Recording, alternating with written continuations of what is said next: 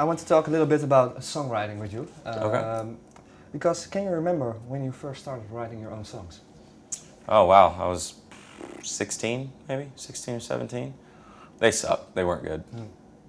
Because why did you want to write songs back then? I wanted to do what all my heroes were doing, you know, live, Soundgarden. I wanted to write rock and roll. I wanted to write my own songs and learn how to play guitar so I could write songs. And yeah, so that's really why I did it. What's the magic of rock? I don't know if that can be summed up in an answer. How do you approach it? How do you approach it?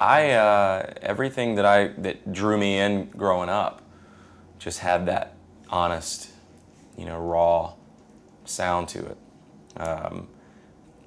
Through the guitars, through the vocals, the lyrics, and it just kind of drew me in, and that was kind of the music that made me want to do music. So that was really my only option in my head. I couldn't see me doing anything else or singing any other type of music.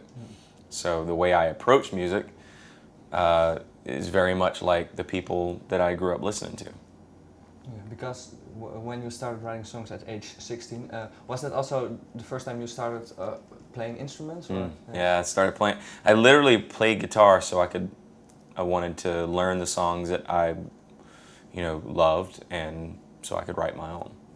Can you still remember where that first song was about?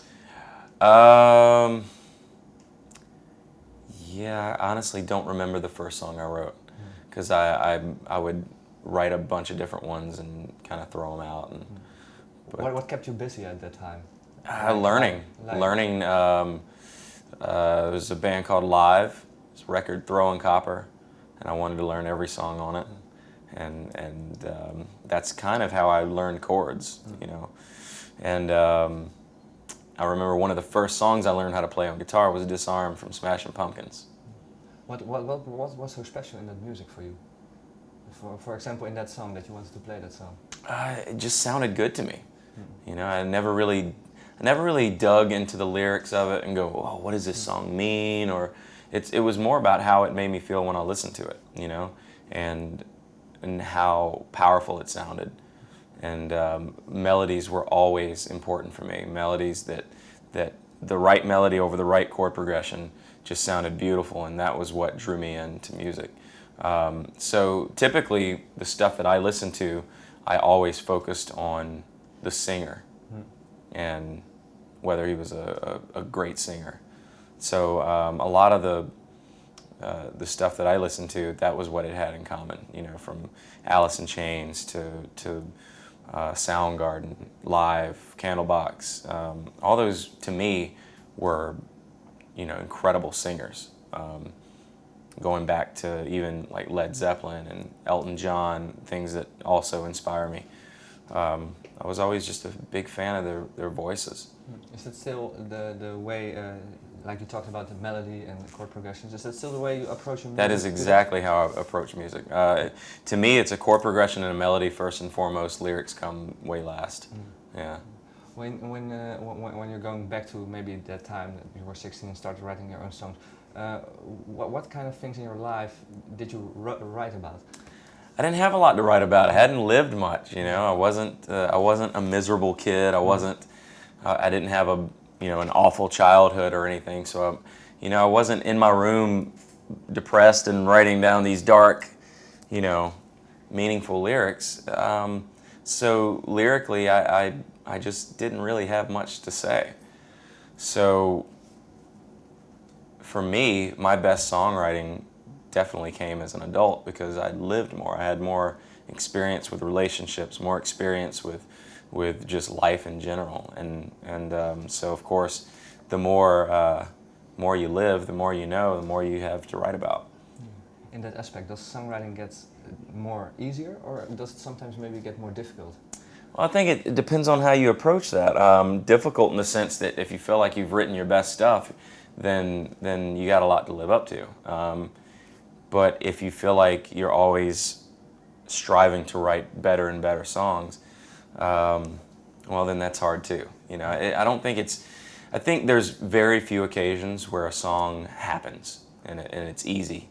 Songs like Home, songs like September, that just kind of, I picked up a guitar and it just kind of came out. And those are rare, you know.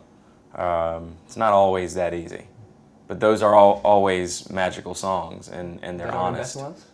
I don't know if they're the best, but they're certainly songs that people feel connected to. And the songs that come maybe a little bit more more difficult. Is it? Can you sometimes maybe hear the struggle in it as well? Sometimes you can hear that if you're trying to be too clever or you're trying to overthink lyrics. But I think the songs that made it on this record, Break the Spell, are by far the best that I personally feel that I've written, lyrically, melodically. I just think it was the freshest that we've sounded in a long time. How come? Well, we took a break for one. We took 4 months off the road after touring on Leave This Town. And me and my wife, we had twins, and I kind of got away from music for a little bit to be just a dad. And when we finally got around to writing again, it was all more up-tempo, more positive. It just felt good. And that in itself inspired just a whole different lyrical style. Why can a break from music, why can it be so important, do you think? Well, for us, it keeps you from recycling what you've already done, because you're already so close to that project. You just toured on that record, those first 2 records. I felt personally that anything I would have written during that time would have sounded very close to what we just did, and I didn't want to do that. And I feel like this record certainly stands apart from the previous 2. Is this a good representation of how you stand in life at this moment? Oh yeah, absolutely. We're moving around more on stage than we've ever moved before. It's a way more energetic show. The crowd is obviously that energy is contagious, and they're giving it right back to us. Does that energy just purely comes from that break, or are there other things as well? No, I think the music instigates it. I think the music is more upbeat, which obviously makes us want to move more, which is going to make the crowd want to move more as well.